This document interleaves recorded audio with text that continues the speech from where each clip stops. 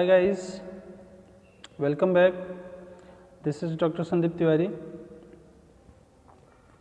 Students, last lecture में हमने Thomas Gray के पोएम जो एलिजी है उसके कुछ स्टेंजास के बारे में डिस्कस किया था। आज के लेक्चर में उसके आगे के स्टेंजास को देखेंगे, बट इससे पहले हम लास्ट स्टेंजा के बारे में डिस्कस कर लेते हैं थोड़ा सा, ताकि हम अपने थॉट को या अपने स्टेंजास को एक दूसरे से कनेक्ट कर सकें। तो लास्ट लेक्चर में जो हमने लास्ट स्टेंजा पढ़ा था उसमें हमने पढ़ा था कि पोएट ये बताता है कि जो गरीब लोग या जो पुअर विलेजर्स हैं जो उस चर्च यार्ड में दफन हैं, उनके कब्र के ऊपर टूटा फूटा ही सही लेकिन कुछ स्मारक बना दिया गया है और वहाँ पे कुछ लाइंस लिख दी गई हैं ताकि लोगों से उनकी इंसल्ट न हो, लोगों को ये न लगे कि ये लावारिस लाशें हैं या इनके बारे में कोई ध्यान देने वाला नहीं है। तो इसके बारे में हमने पढ़ा था। अब उसके आगे देखते हैं। कहता है वो जो उनके कब्र के ऊपर स्टोन्स बनाई गई हैं या कुछ लाइंस लिखी गई हैं, अब उनके कब्र के बारे में ही आगे बताते हुए क्या कहता है कि their name and their years spelled by the unlettered muse the place of fame and elegy supply and many a holy text around she strews that teach the rustic moralist to die. इन 4 lines में क्या कहना चाह रहा है poet? इससे पहले मैं आप लोगों से एक चीज़ पूछता हूँ कि आप लोगों ने कई बार देखा होगा किसी के घर में या आप किसी के यहाँ जाते हो या आपके खुद के घर में, कई बार हमारे दीवारों पर हमारे फॉर फादर्स या हमारे पूर्वजों के, हमारे दादा परदादा की फ़ोटो लगी हुई होती है और उस फोटो के नीचे ब्रैकेट में उनका ईयर लिखा रहता है, उनका नाम लिखा रहता है कि ये जो फोटो में व्यक्ति है वो ये हैं और इनका बर्थ हुआ था 1910 टू 2000, ऐसा करके लिखा रहता है कि 1910 में जन्म हुआ और 2000 तक ये जिंदा रहे, उसके बाद इनकी डेथ हो जाती है। तो ऐसा जो लिखा रहता है ना, उसी की बात यहाँ पोएट कह रहा है क्या कि देयर नेम मतलब उनका नाम, देयर ईयर्स मतलब उनके साल, कब उन्होंने जन्म लिया और कब उनकी डेथ हुई, स्पेल्ट बाय लिखा गया किसके द्वारा? Unlettered muse. अनलेटर्ड मतलब इलिटरेट, इलिटरेट जो ज़्यादा पढ़े लिखे नहीं हैं। म्यूज मतलब हो गया राइटर, तो इलिटरेट जो राइटर हैं उनके द्वारा लिखा गया है। और ये इसलिए लिखा गया है ताकि ये राइटिंग या ये जो नाम और जो उनका ईयर लिखा गया है इनको फेम प्रदान कर सके और जो उसके चहेते हैं या जो उनके प्रिय हैं उनके लिए एलिजी प्रोवाइड कर सके। साथ ही साथ वो कहता है कि many a holy text, text मतलब कुछ ऐसी लाइंस जो बाइबल से ली गई हैं। हॉली टेक्स्ट का मतलब ये हो गया लाइंस या ऐसा पैसेज जो बाइबल से लिया गया हो। तो बोलता है कि कुछ बाइबल से ली गई लाइंस अराउंड शी, शी यहाँ जो है किसके लिए यूज किया गया है? ग्रेव के लिए। तो शी को यहाँ देखो पर्सोनिफाइड, सॉरी ग्रेव को यहाँ पर्सोनिफाइड किया है और शी यूज किया है। तो पोएट कहता है कि कुछ होली लाइंस जो कि कहाँ से ली गई हैं? बाइबल से ली गई हैं, उस कब्र पर बिखरी हुई हैं, उस कब्र पे लिखी हुई हैं। और ये लाइंस जो है ना, टीच सिखाती हैं क्या? रस्टिक पीपल, जो वहाँ पे जो ग्रामीण लोग हैं ना, उनको क्या सिखाती हैं? Moralist to die, how to die like a holy person. वो उनको एक मोरल सिखाती हैं कि कैसे तुम्हें एक पवित्र व्यक्ति की तरह मरना है। तो आई होप ये क्लियर हो गया होगा। अब मैं इसको एक्सप्लेन करता हूँ। तो देखिए पोएट क्या कहता है कि their name and their years, इसका मतलब ये है कि their name and the ages of these dead man. Ages of these dead man मतलब कब इनका बर्थ हुआ और कब इनकी डेथ हुई, एजेज।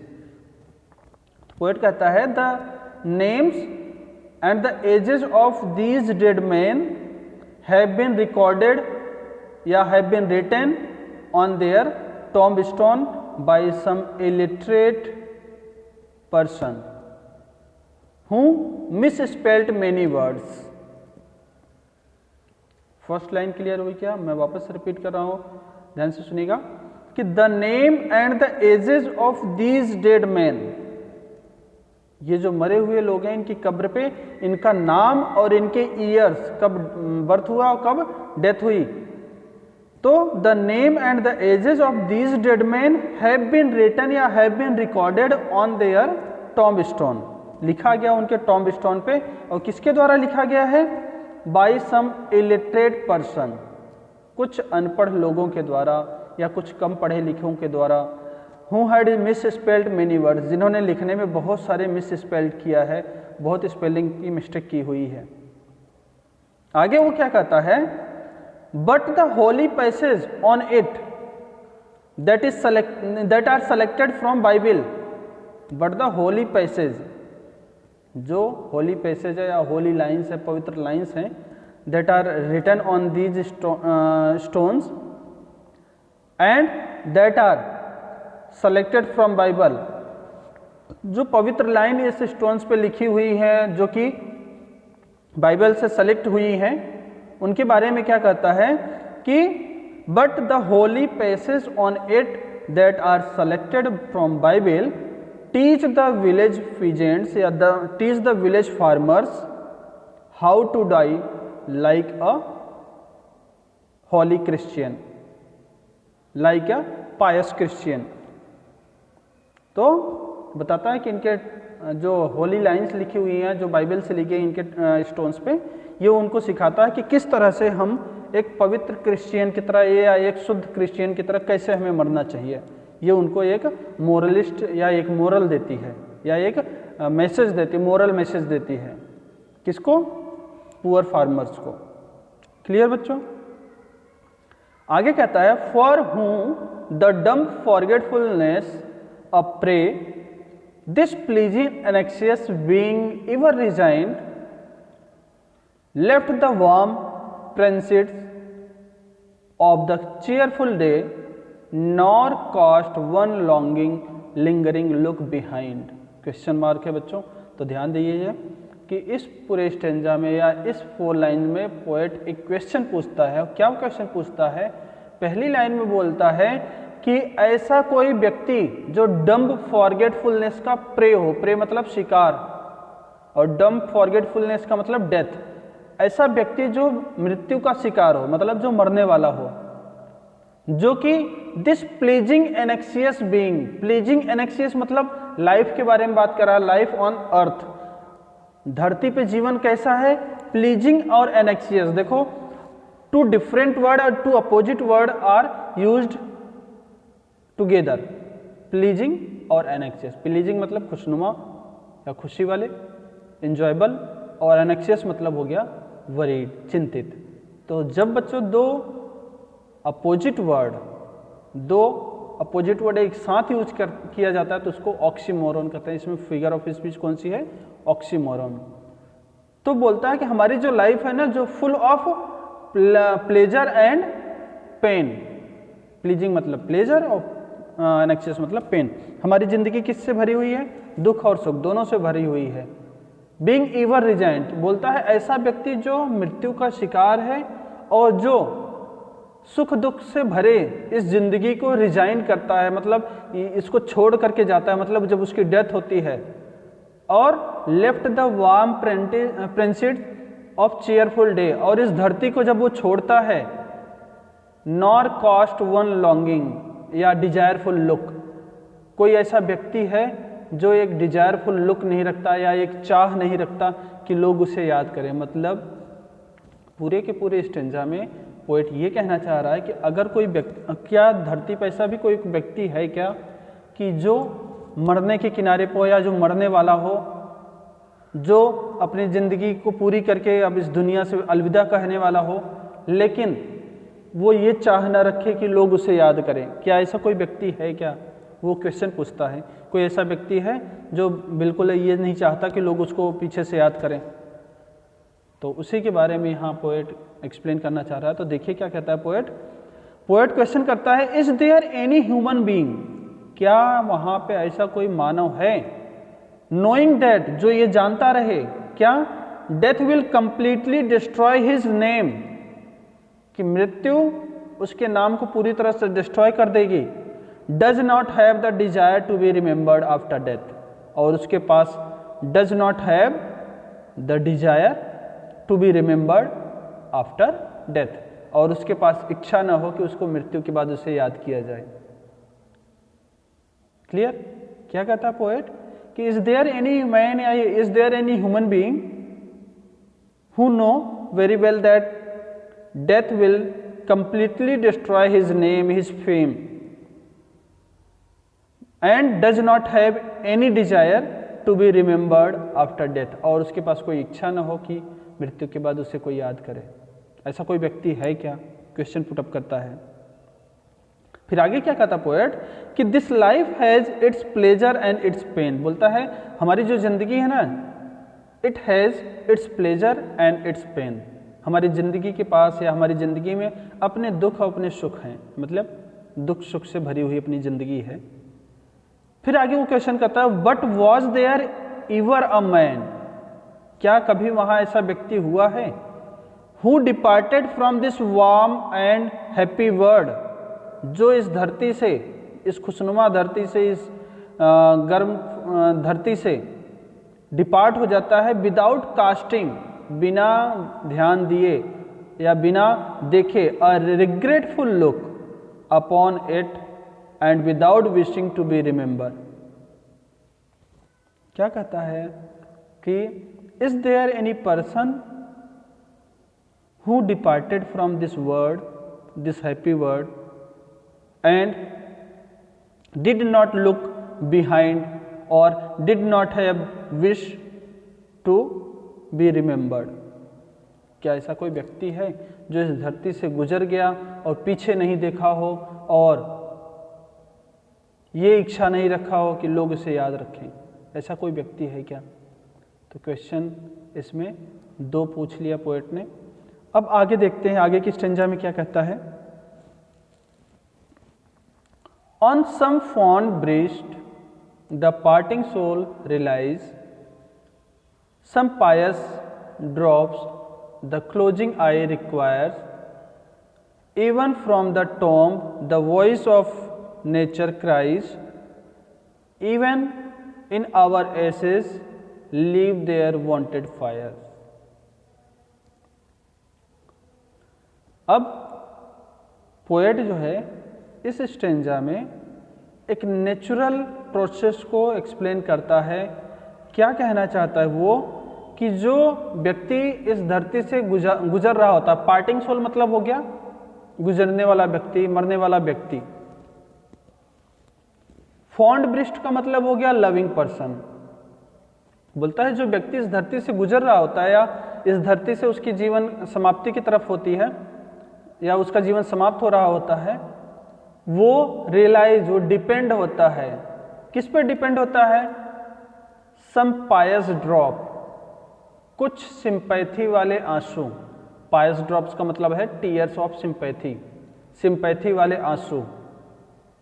द क्लोजिंग आईज मतलब वही डाइंग पर्सन रिक्वायर्स, मतलब एक व्यक्ति जो इस धरती से अलविदा कह रहा होता है या जो अपनी जिंदगी को पूरा करके यहाँ से जा रहा होता है, वो अपने जो नियर डियर होते हैं, अपने जो नज़दीकी होते हैं, उनकी आंखों में सिंपैथी वाले आंसू देखना चाहता है या सिंपैथी वाले आंसू की डिमांड करता है, ताकि वो उससे क्या कंसोल प्राप्त कर सके या उससे उनको थोड़ी सी कंसोलेशन मिल सके, मतलब आसानी से एक सांत्वना के साथ मर सके।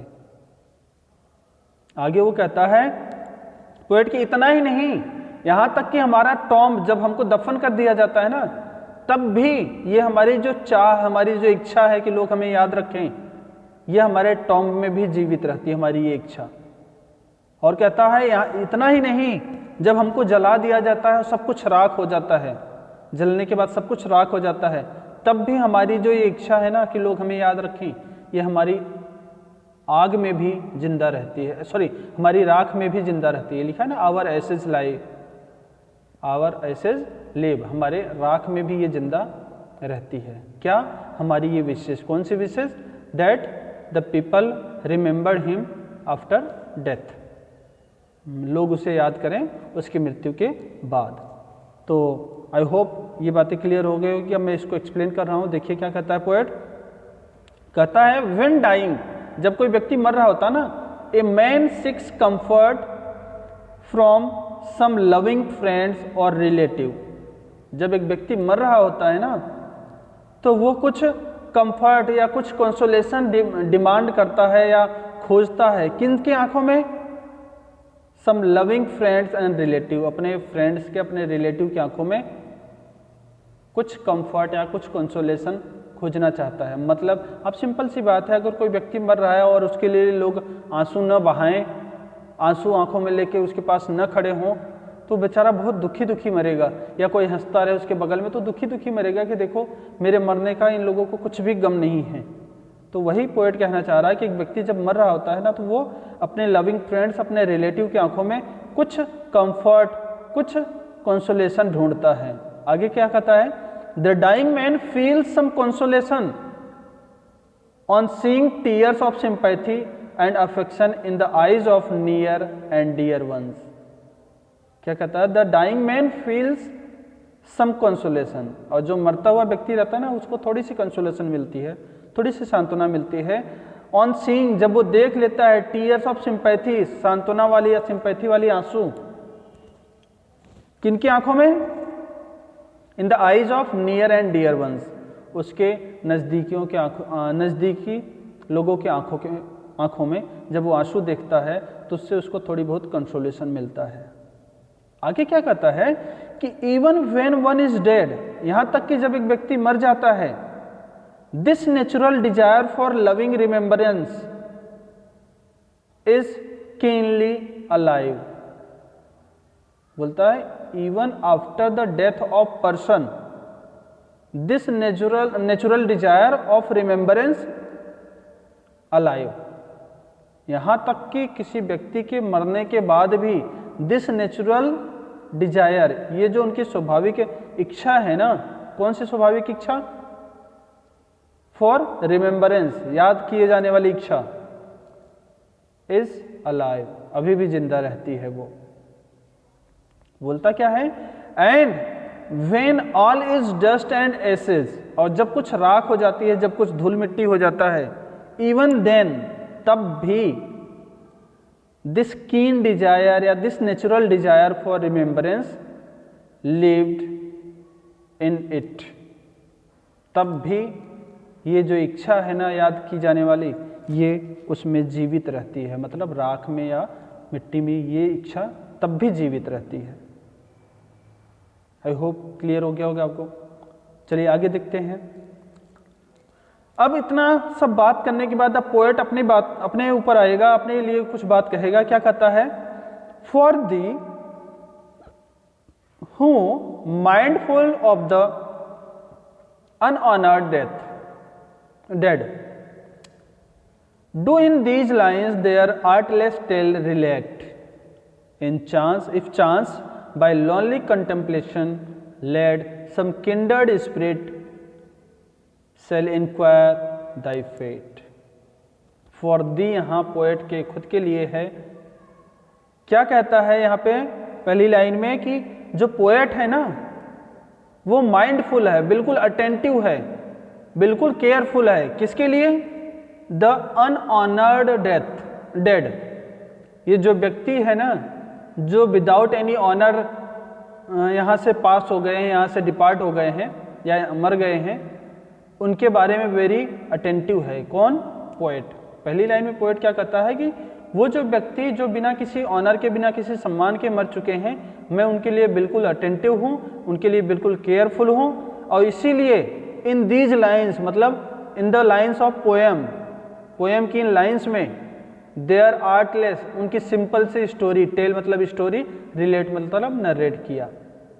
पोएट क्या कहता है फर्स्ट टू लाइन में कि मैं ऐसे व्यक्तियों के लिए बिल्कुल अटेंटिव हूँ, बहुत केयरफुल हूँ, जो बिना ऑनर के इस दुनिया से अलविदा कह जाते हैं।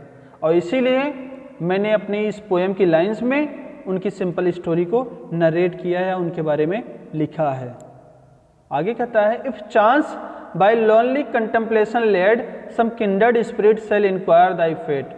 बोलता है हो सकता है, इफ चांस मतलब बाई चांस, हो सकता है या ये पॉसिबल है कि आगे आने वाले समय में ठीक मेरे जैसा ही एक कोई व्यक्ति हो या मेरे जैसा टेम्परेट या कंटेम्पलेशन, या सीधी सी बात है मेरे नेचर का ही कोई अगर व्यक्ति हो आगे भी आए और वो इंक्वायरी करे पोएट के फेट के बारे में कि उस पोएट का क्या हुआ जिसने इन सब के बारे में लिखा। तो पोएट अब देखिए क्या कहता है, इसमें लाइंस को एक्सप्लेन करता हूं मैं।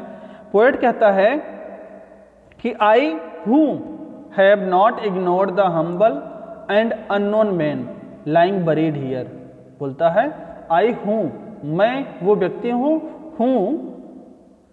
हैव नॉट इग्नोर्ड, जिसने इग्नोर नहीं किया किसको, the humble and unknown man lying buried here, गरीब और अनजान व्यक्ति, अननोन व्यक्ति जो यहाँ पे दफन हैं उनको कभी मैंने इग्नोर नहीं किया। और I have narrated their simple story in this poem, और मैंने उनके सिंपल स्टोरी को इस पोएम में एक्सप्लेन किया। तो पोएट क्या कहता है, I am very careful about those persons who are buried here, I am very careful about those persons who are buried here, so that या that's why I narrate their story, I wrote their story in this poem. Okay बच्चों, आगे देखिए क्या कहता है, it is quite possible, आगे कहता है इट इज क्वाइट पॉसिबल, ये पॉसिबल है कि that one day somebody with the temperament या with the same temperament of mind, मेरे सेम टेम्परामेंट वाला, मेरे नेचर वाला कोई व्यक्ति, बोलता है it is quite possible that one day somebody with a temperament similar to my own, एक ऐसा नेचर वाला व्यक्ति या with my similar to my nature, जो ऐसा व्यक्ति हो जो मेरे नेचर के जैसा ही हो, will in mood of lonely या विल इन सोलिटरी मूड, वो आएगा और सोलिटरी मूड में या लोनली मूड में make inquiries about my fate, वो इंक्वायरी करेगा मेरे भविष्य के बारे में या मेरे किस्मत के बारे में कि क्या हुआ। तो पोएट लास्ट लाइन में क्या कहता है कि ये भी पॉसिबल है कि आने वाले समय में कोई मेरे जैसा ही व्यक्ति या मेरे नेचर का ही कोई व्यक्ति आएगा और वो मेरे बारे में इंक्वायरी करेगा कि मेरे फेट का क्या हुआ या मेरे भविष्य का या मेरा फ्यूचर क्या हुआ या मेरी किस्मत में क्या था, मेरे साथ क्या हुआ। तो आई होप बच्चों आज के ये जो 4 स्टेंजास थे आपको क्लियर हो गए होंगे। इसी होप के साथ इस लेक्चर को यहीं स्टॉप करते हैं, मिलते हैं नेक्स्ट लेक्चर में, तब तक के लिए बाय बाय, थैंक यू।